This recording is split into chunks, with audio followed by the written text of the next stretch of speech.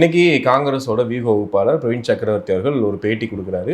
18% விஜய்க்கு இருக்கு அப்படின்னு சொல்றாரு.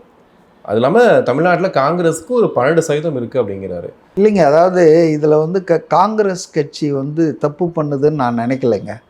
திமுக வந்து காங்கிரஸை அண்டர் எஸ்டிமேட் பண்ணிவிட்டு அவங்களுக்கு வேற போக்கிடம் இல்லை, நம்ம விட்டால் நாதி இல்லை, வேறு எங்கே போக முடியும், அவங்க நம்ம தான் அவங்களுக்கு இந்தியா கூட்டணியில் நம்ம நம்பி தான் இருக்காங்க அப்படின்னு நினைக்கிறாங்க. ஆனால் காங்கிரஸ் அப்படி நினைக்கலைங்க. காங்கிரஸ் வந்து ராகுல் காந்தி கிட்ட கனிமொழி பேசும்போது அந்த சந்திப்பை பற்றி ஊடகத்தில் தவறான வியாக்கியானங்கள் கொடுத்தாங்க. பாசிட்டிவாக ரோசியாக அதெல்லாம் ஒன்றுமே இல்லைங்க. ரொம்ப திருப்தி இல்லாமல் ரொம்ப வருத்தத்தோடு தான் கனிமொழி வந்திருக்காங்க. அவங்க ரொம்ப நல்லா ராகுல் காந்தி கேட்டிருக்காரு.